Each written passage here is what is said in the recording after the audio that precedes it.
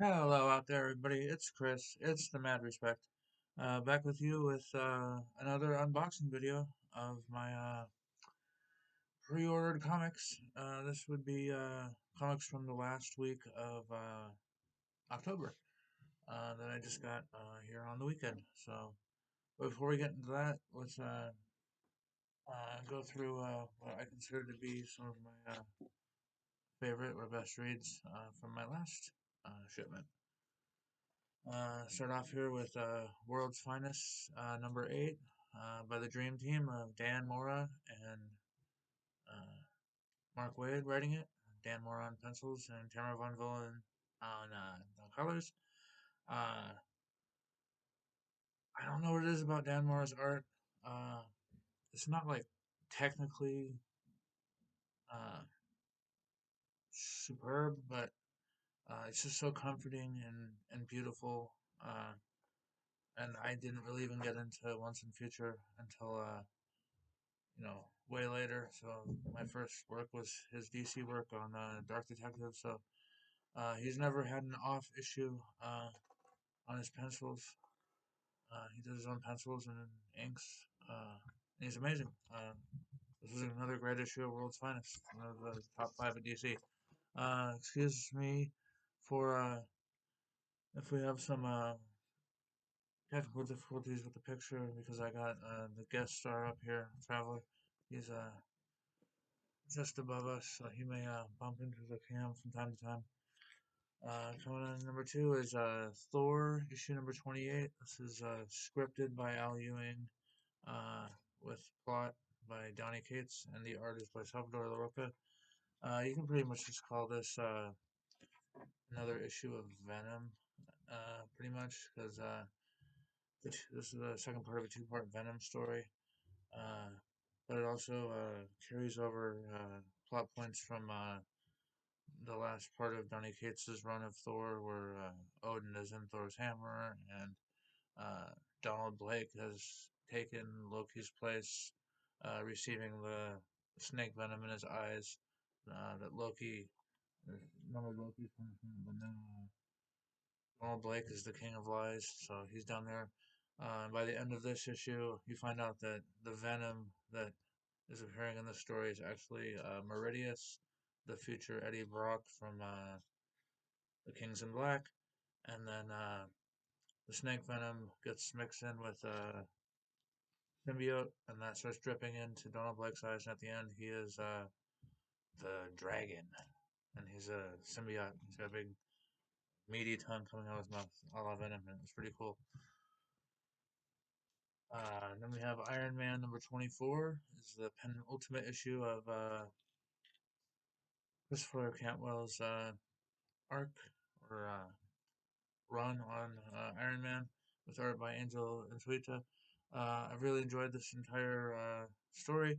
Uh, a lot of people are complaining because they turned Tony into a junkie midway through the storyline, but I don't think they were doing that to drag attention. And nobody liked that he was falling in love with um, Hellcat and that he was emasculated by Hellcat. I don't care about any of that. I just care that, uh, as opposed to other runs of Iron Man in the past, the art was consistently excellent, and it's a story that is being written for adults and not dumbed down for MCU fans. Books. Uh, Batman vs. Robin, issue number 2 by Mark Waid and Mahmoud Asrar. Uh, I really enjoyed issue 1, but this issue 2 uh, has a lot of guest stars or carryovers from the entire Sandman universe. Everyone in the House of Mysteries, the Three Witches, they all appear in here, and as well as several other magical characters from the DC universe. But from page 1 to the final page, the art was excellent, and the story compelled me all the way through. Unlike issue 1, which had a lull in the middle, but that issue was all excellent. This is Punisher Original Brother. This is by Torun Grombuck, and not sure who does the penciling in here. I think it's Raphael Pimentel, maybe. think I just read this earlier, but this and then Punisher War Journal Blitz, which is the first special, also by Touring Ground Book, and then in February there's Punisher War Journal, something that starts with a B, another special coming in February. I'm really enjoying these one-shot specials that are usually just like call it Punisher special missions, where he takes the hand and finds some of the worst people out there, and then eliminates them with much prejudice and real smart ass attitude as he kills them, and it's just an excellent story. And Jason Aaron runs excellent as well. If I'm surprising, this is Dead Kingdom #1 from Red 5 Comics. Uh, when I opened it, the pre-order, I said this is like medieval Dead, like Army of Darkness. But this is actually, it takes place in medieval time, and it is uh, zombie apocalypse in the medieval times. And I was quite compelled with the story. It's pretty interesting. I'm looking forward to seeing how it continues. Here's the Silver Coin #15. This is written and drawn by Michael Walsh. Every other issue of the Silver Coin is by a guest writer. All issues are drawn by Michael Walsh, and issue 5, 10, and now here #15 are, I guess you would call them mythology episodes that uh, tells like the background of the Silver Coin, and this is more of a present tense thing of the Silver Coin of someone who's uh, found the coin and passed it on to other unlucky victims over time. And unfortunately, at the end of this, there's a letter from Michael Walsh Superior saying he's about to be in the family way, so he's going to take some time off from Silver Coin, which I assume means most of 2023, but I'm hoping it comes back sooner than later. But this was one of the best issues so far. Here's Future State Gotham #18. It's the final issue of Future State Gotham, which has been a black and white uh, continuation of the Future State storyline that took place at the start of 2021. And this is basically Bruce Wayne asks Jason Todd to join the magistrate and become one of the magistrate cops, so he can keep an eye on them from within, so he can take them down. And you find out that actually the Bruce Wayne that asked him to join magistrate was Hush, who has been corrupting uh, Damien. And then also in here, Dick Grayson is taking an experimental drug to make him unstoppable, basically, and he thinks he's the very best Batman. So this is basically Bruce, Jace Fox, Damian, Red Hood, and Batgirl all battling for the Bat Cowl, and then they defeat Hush, and then it's all black and white, and then all uh, Wizard of Oz or the recent Werewolf by Night Halloween special merges into color for the finale, uh, and everything seems to be good.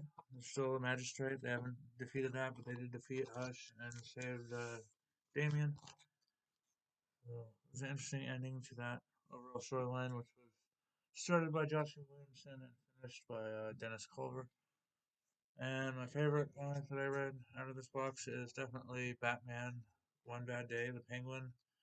This one's written by John Ridley with art by Giuseppe Camuncoli, who also is doing all the premium variant covers, which is basically a burning Arkham with the character all orange connecting covers like this. But this one's really cool. It's basically the Penguin's henchman gets tired of being his henchman and uh, basically beats him up, kicks him out of town, and becomes uh, the new crime boss of Gotham. And then the Penguin comes back 3 or 4 months later and starts out with just a gun that he buys for $20 with one bullet, and goes from there and exacts his revenge on this guy who's called the Umbrella Man, especially the guy who would hold his umbrellas as a henchman, took over the entire operation. And when he took over the operation, it went from Batman and his fighting his rogues gallery and kind of knowing how you can what do you call it? Kind of knowing how you can defeat crime in that sense. To this new guy, the Umbrella Man, is just flooding the streets with drugs and sex trafficking and all that stuff. So the cops are always busy with that. And Batman is too overwhelmed with all these petty crimes that he can't uh, effectively fight crime as it was. And the Penguin, he's like, I'm gonna take this guy out, and then I'm gonna return crime back to the point where when I was the crime boss, I would give the Riddler this and the Joker that and Two-Face this to the extent that you could always easily defeat them.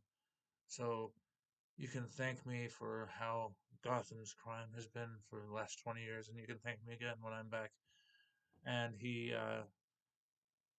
reconnects with several people who he worked with in the past and befriends and treats all of them with way more respect than he ever had before.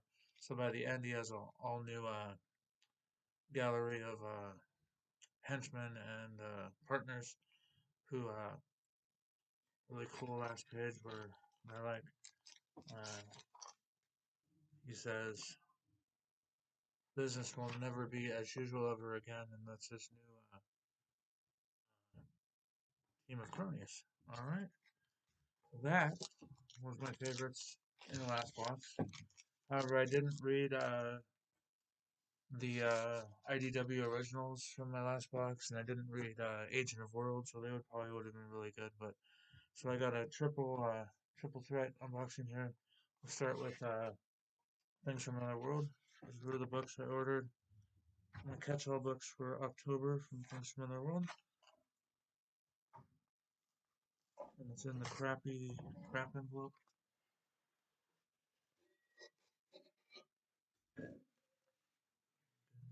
Destroying them. Really hard envelope to get into compared to any other envelope they give us. Alright, put in any of this. In there. And we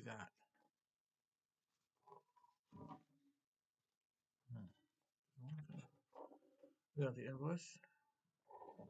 Not much this month from Things from the World. First book we got is Black Caravan Premiere John Clark Something Juicy. This is a Black Caravan horror comic that I saw good reviews for online, and I ordered it the day before it hit shelves, and they filled it for me. That's what Things from the World is good for. And here we have Gun Honey Blood for Blood. This is the FOC variant. It's a premium nude bag, so I won't open this up on camera because I can't show nudity on my channel. We get strikes. And then here is Ninja Gaiden from Blackbacks Comics. It's number 3. The last couple issues I have coming from Discount Comic Book Service, but I enjoyed the first 2 issues. Looking forward to seeing how the story continues. There's another comic I ordered the day before it hit shelves. After seeing it was Rockin Robbie's pick of the week on, I don't think it was his pick of the week. He just said it was one of, it was, this is Damn Them All from, let's have it upside down. Damn Them All from, this is from Simon Spurrier and Charlie Ardlard from Boom Studio. Charlie Ardlard from Walking Dead. And this was Rockin Robbie. He said this was his favorite Boom book that he's read, and he doesn't know how long. So those are the books I got. Things from Another World, not too many in October. I've tried not to make like $100 order out of Things from Another World because I'm already way too much from the Discount Comic Services 1 week. How I got this big. I know it has at least one book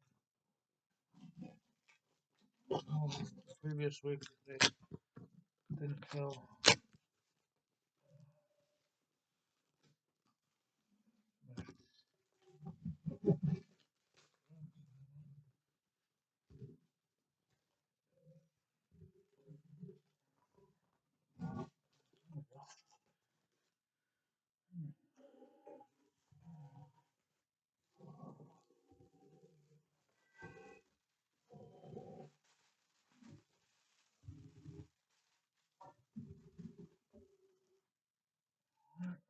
that. That.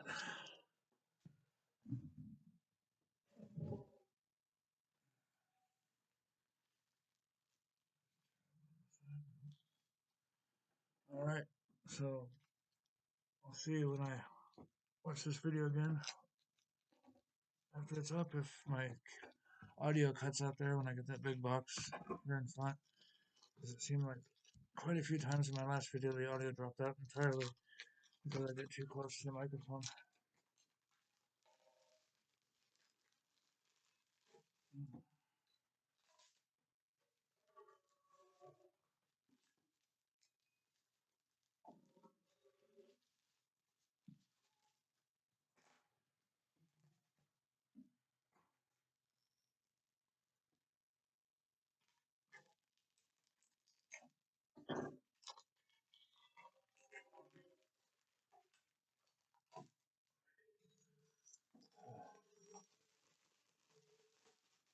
Go ahead and anybody who watches my videos, leave something in the comments if you'd rather me have this all opened ahead of time before I start a video, so you don't have to watch me uh, do all that. Beware.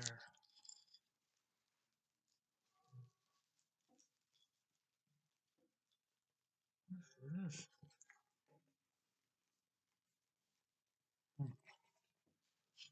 Like I'm not going to be able to show you. Oh, here it is. Alright, here is week. This week I have 39 items. For 2 weeks I had 44. This week I have 39. Because I have multiple copies of covers in this box. Here is Marvel free previews. These are for comic shipping in January. I usually don't get this until after I've done my discount comic book service order for the month. So it'll be good to see some of the art ahead of time before I make any of my decisions for my January books, which will be. I'm gonna lay off quite a bit more beginning in 2022 because I just need to. So then you got which series coming, and Sins of Sinister, which I will steer clear of. Even though I am enjoying Kieran Gillen's Mr. Sinister related books. Alright, first book up for this unboxing is Creepshow #2, and this is cover. What is cover A? Cover A, Creepshow #2, stories by David Lapham and Steve Fox. And we have Locust, The Ballad of Men, issue #3. Issue #2 was my last box. One more issue to go of Locust, I believe, and the series is over. Bloodshot Unleashed #2 from Valiant Comics and Deniz Camp and John Davis Hunt. Really enjoyed the first issue. Great art, excellent story. Here's one that I'm anticipating. This is Dead Mall #1 from Dark Horse Comics. This is by Adam Cesare with art by David Stoll. And Adam Cesare is a fellow YouTube content creator. He has the Black T-shirt channel where he reviews horror paperbacks. And he also has read several novels, including Clown in the Cornfield, which I've read. So check out Adam Cesare. He's really cool. This one's awesome. This is Nightfall double feature. This is the deluxe version. Cover C. This is by Jason Sean Alexander of Philadelphia and Spawn fame. And this has a double feature story by Andrea and Tim Daniel from The Plot, and Daniel Krause from The Living Dead and Autumnal New Year Zero. So I'm looking forward to that for a double feature. That got a big Rockin Robbie endorsement based on the smell of the newsprint paper. 20th Century Man #3, another Rockin Robbie pick of the week here. Deniz Camp and S. Morion. Really enjoyed the first two issues. Meaty read, well worth your time to dig in and read every word. It's excellent. Wanted and so. Here is the conclusion of New Think. So this is issue 5. It's by Greg Hurwitz. This is by Will Conrad, who I believe did the art in the Red Border miniseries earlier for AWA. But this is a Raw Zod cover. Probably worst Raw Zod cover of all time. Looks like Super Mario Mountain. JPEG, what do we call it? JPEG icon, but that's what it is. Here is House of Slaughter #10. This is part 5 of the Scarlet storyline. This is cover B by Werther Deladra, or Deladare. It's pronounced both ways. Here is Creepso issue #1. This is the second printing. I ordered this on FOC. It does cover it on the back. It does not, but I believe it is. It says Gabriel Hardman, 2022, right down on the bottom. But it said it was going to be. I can't remember the guy's name. The guy who does. There's a DC Connect for comics coming in January 2023. This is the DC version. So I did another extra board. I don't need a bacon board to go with the preview magazine. So DC Connect, as opposed to Marvel, it gives you a few pictures, but most of it is all text. It's not quite as thick as the Marvel book, but it's free, just like the Marvel book, so that's cool. Here is 8 Billion Genies. This is issue #4. This is a third printing. When they did the second printing of issue #4, it was supposed to have a cover like this, but different colors. But instead, they did the fourth printing of issue 1 and the second printing of issue 4 had the exact same genie on the cover and coloring, so it was kind of a goof. So this is they have like a series of these full genie covers. So this is the fourth genie cover. There's one different genie for all 4 issues now, I believe. And here is X Avengers X-Men Eternals Judgment Day issue #6, the finale. But there is a Omega issue coming in November. Looking forward to seeing how that series ends. Here is Action Comics #1048, Kal-El's Returns, Part 3, or Part 2 of the Action Comics part of that story, which I hear is just a bunch of backup stories about backup characters. So not really looking forward to reading that as much as I was before.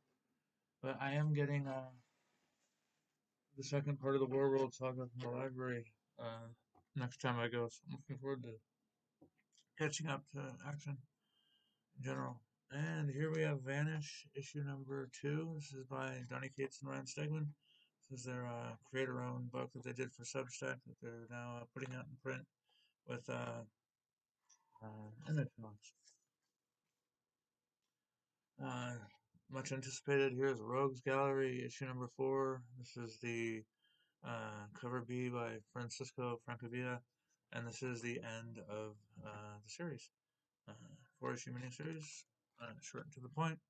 I'm enjoying that. That is by Hannah Rose May and Justin Mason, and also in Spirit, it's by Declan Shelby, who was the guy who I was thinking of with the Creep Show. They said it was going to be a Declan Shelby, but it was Justin Henderson according to the cover. Here is Sergeant Rock versus the Army of the Dead, issue #2 of 6. This is cover A by Gary Frank. Here's Barbaric Axe to Grind, issue 3. This is by Michael Marucci and Nathan Gooden. This is the end of Axe to Grind's miniseries. Looking forward to seeing how that ends, too. Great series. And it's coming back in just a few short months in January with Hell to Pay. Here is DC versus Vampires number 10. This is by James Tynion and Matthew Rosenberg with art by Otto Schmidt. And this cover is cover B by Nathan Zerdy. Slightly vampirized Supergirl, but I believe she has been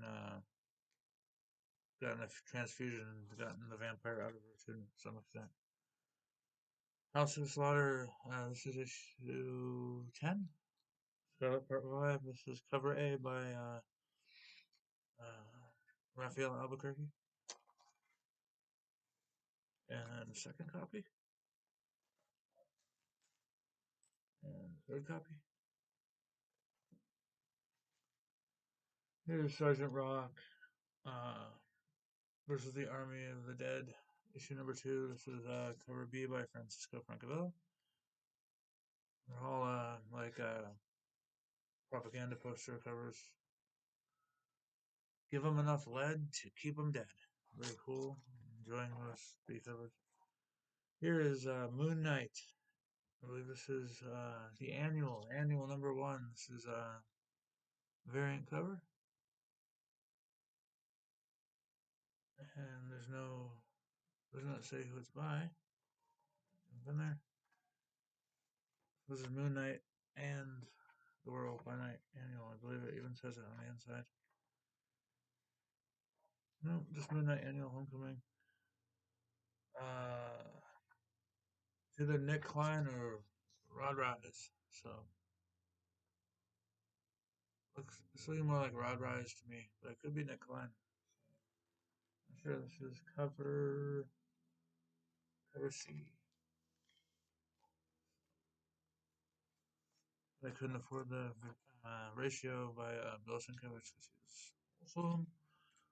We Only Find Them When They're Dead, issue 14, the penultimate issue by Al Ewing and Simone DeMeo. Number 15 is coming out, I believe, in December, and that will end the series. Creep Show, issue number 2. This is cover B.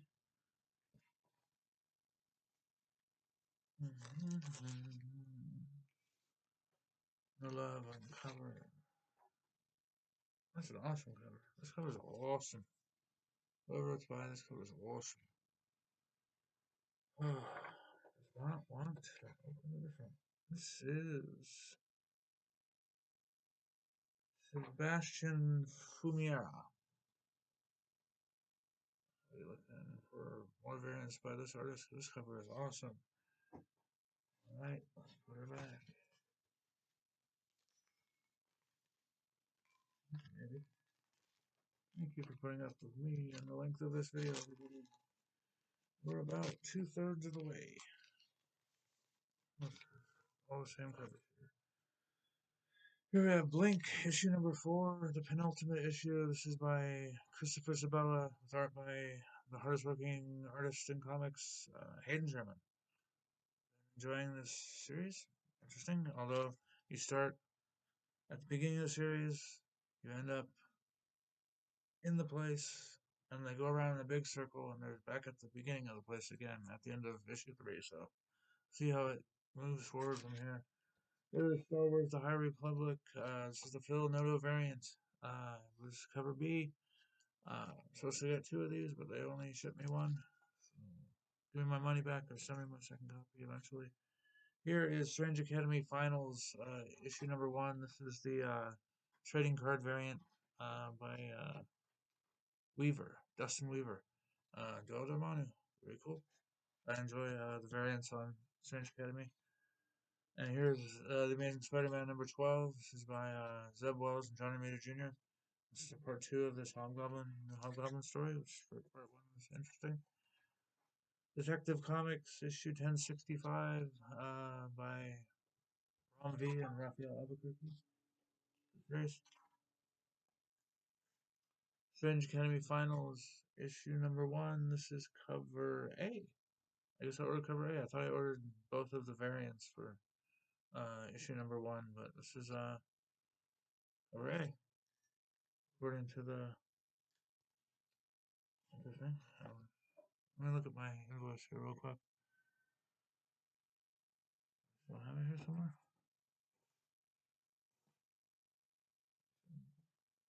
Here it is. Just a moment. Checking for my own Strange Academy report card. Okay, and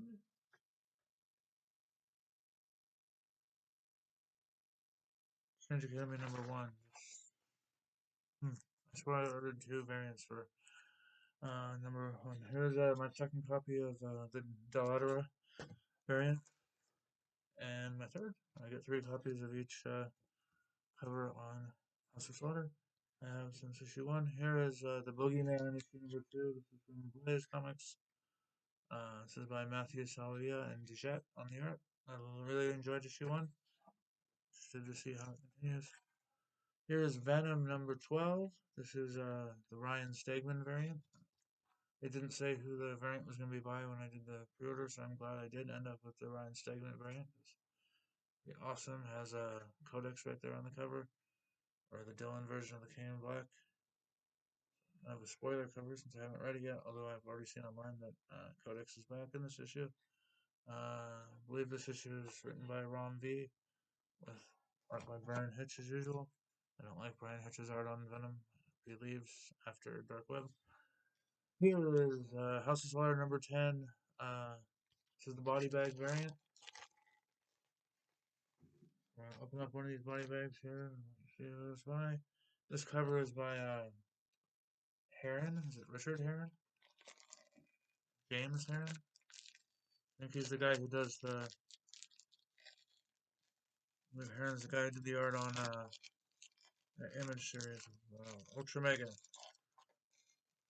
I'm getting here without destroying it. This will be my reader copy. This will be. Let's read the body bag variant. The body bag. The body bag, and I put it in the back of the bagging board, like so. And I never saw this cover before today, so pretty cool. It's like a maybe a melty looking Obscura type. With he's getting staked up by Edwin there with one of his might not be Edwin. He's getting staked up by a white mask guy with a sword here. That is a cool cover. I'm really looking forward to seeing how Edwin's story ends. I really enjoyed the twist in issue 9. So looking forward to seeing how that ends there. That is the last week of that is how the last week of October crumbled at Discount Comic Service. And here we go, last but not least. Here's the last 2 things I got from Discount Comic Service. My other 2 copies of the body bag variant. So last but not least on my unboxing extravaganza here is my pre-order from YouTube pre-order from Economics and Comics release. So do this real quick and we'll let you go.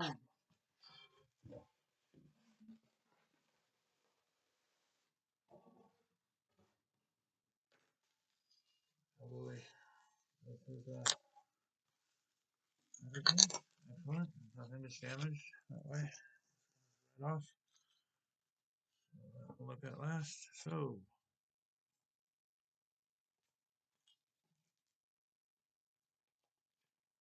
I have a themed unboxing. We have 8 Billion Genies 4th printing. And #2 in the 4th printing. And #3 in the 4th printing. So that's pretty cool. I don't know if they're gonna continue to have extra printings throughout the run of the series, but I haven't seen any for past #4 have had an extra printing, but hopefully #4 at least gets an extra printing with one of the bar patrons and their genie getting a getting a spotlight like this. So I ordered these. I missed ordering the first one from Discount Comic Book Store, so I just was still on his site, so I ordered these on FOC all together. At the same time as ordering Billy and Michael McComb Pool Boys exclusive variant for Lovesick #1. Uh, yeah, art by Michael McComb Pool Boy. This is an Image comic series that came out the last week of. I believe this came out the third week of October, so I guess these variants got pushed to last week because they didn't ship till this week. These 8 Billion Genies. Not that one. That one was first week. But these must have been last week. These 8 Billion Genies variants. So looking forward to reading the series. I hear it's kind of a takeoff on Red Room, but less extreme. But I guess the word rip-off has been bandied about. But alright, that's it, everybody. That is what I thought of last box's books and what I just unboxed here. Uh, and I'll let you know what I thought was best when I get next week's box, which still hasn't shipped, so it might be the following week's box. So we'll find out when I make that video. I'll rip through these before I go to bed. Hit the hay because I gotta work tonight as usual. So everybody take care out there, and we'll catch you in the next video. Bye bye.